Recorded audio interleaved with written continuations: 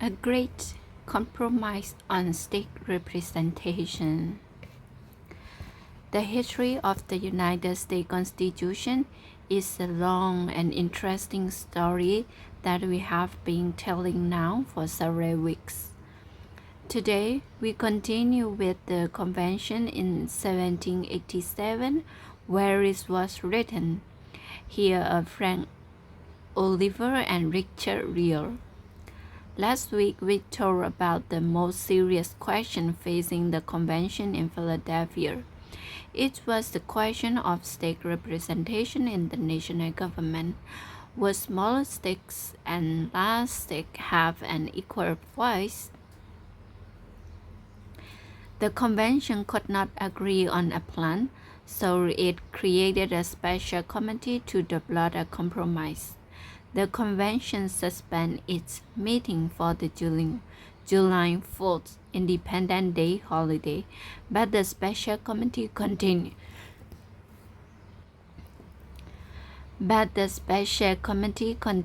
To continue its works. When the convention reopened, the delegates had the committee report. This was its proposal. The national legislature will have two houses. Representation in one house would be decided by population. Each state would have one representative for every 40,000 people in that state. Representation in the second house would be equal. Each state would have the same number of representatives as the other states. It was called the Great Compromise. Delegates knew that the success or failure of the convention depended on this agreement. The debate between large states and small states lasted for weeks. The small states truly believed they would lose power to the large state in a national government. Several times they threatened to leave the convention in protest. William Peterson of New Jersey, a small state, spoke. Some of the assembly gentlemen had made it known that if the small states do not agree to a plan, the large states will form a union among themselves. Well, let them unite if they please. They cannot force others to unite.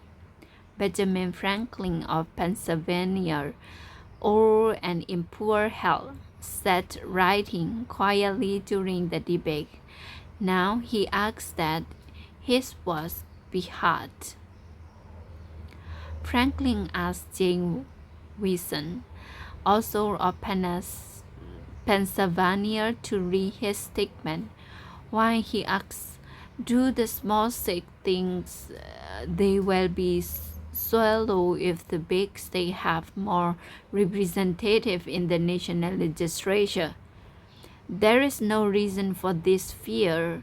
The big states will gain nothing if they swallow up the small states. They know this, and so I believe they will not try.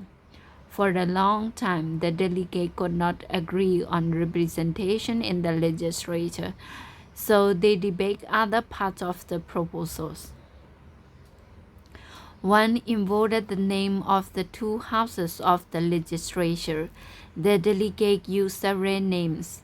Most, however, spoke of them simply as the first branch and the second branch.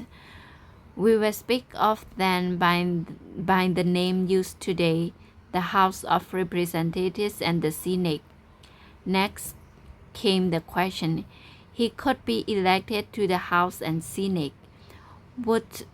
Who would elect them?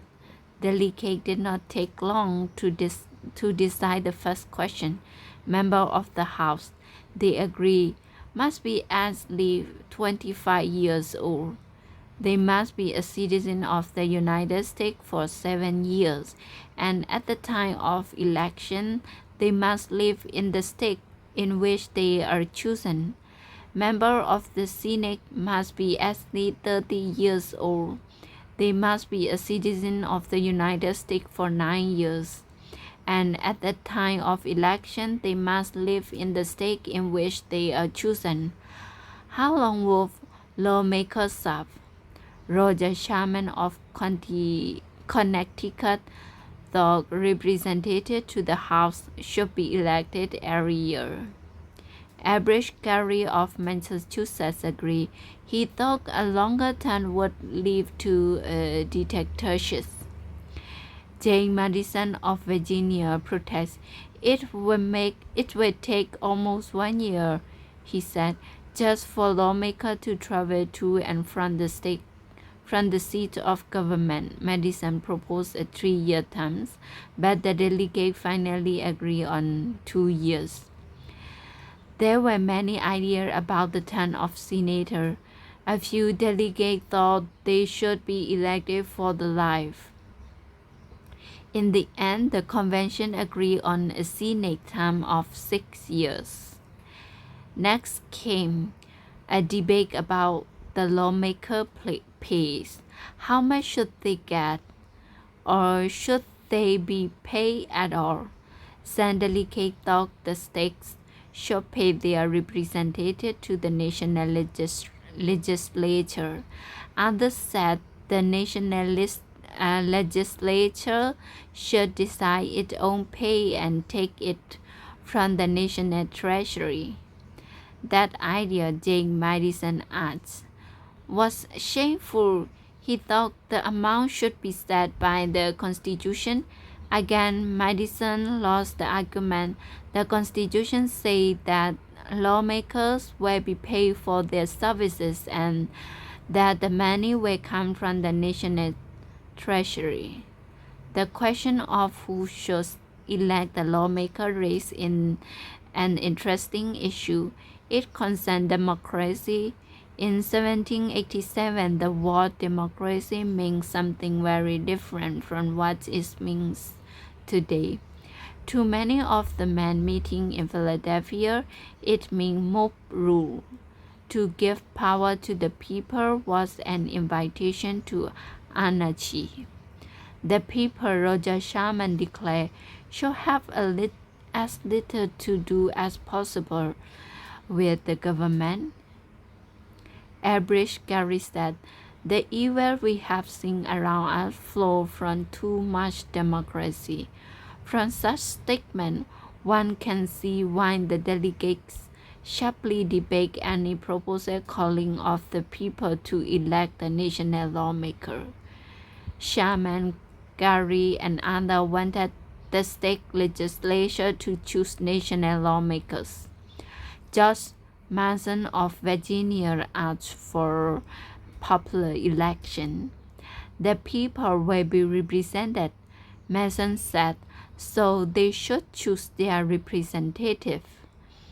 James Wilson agreed. I wish to see the power of the government flow immediately from the lawful source of that power, the people.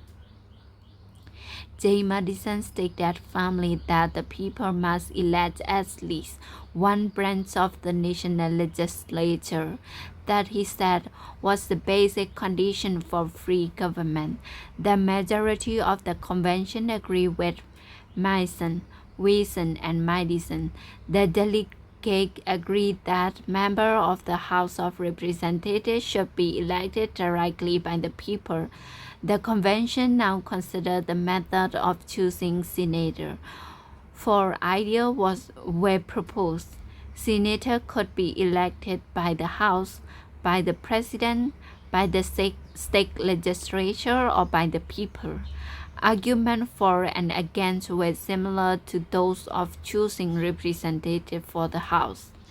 In the end, a majority of the delegates agreed that the state legislature would choose the senator, and that is what the Constitution says. It remained that way for more than 100 years. In 1913, the states approved the 17th Amendment to the Constitution. This amendment permits the people to vote directly to elect the senators. Finally, the time came for the convention to face the issue of representation in the House and Senate. The last stake went at representation based on population. The small stake went at equal representation. The delegate had voted on the issue several times since the convention began, but both sides took firm, yet they knew they would not continue to vote forever day after day. On July 5th, the Grand Committee presented a two-part compromise based on Roger Sharman ideas. The compromise provides something for large stakes and something for small stakes. It called for representation based on population in the House and equal representation in the Senate. The committee said both parts of the compromise must be accepted or both rejected. On July 16, the convention voted on the issue for the last time. It accepted the Great Compromise.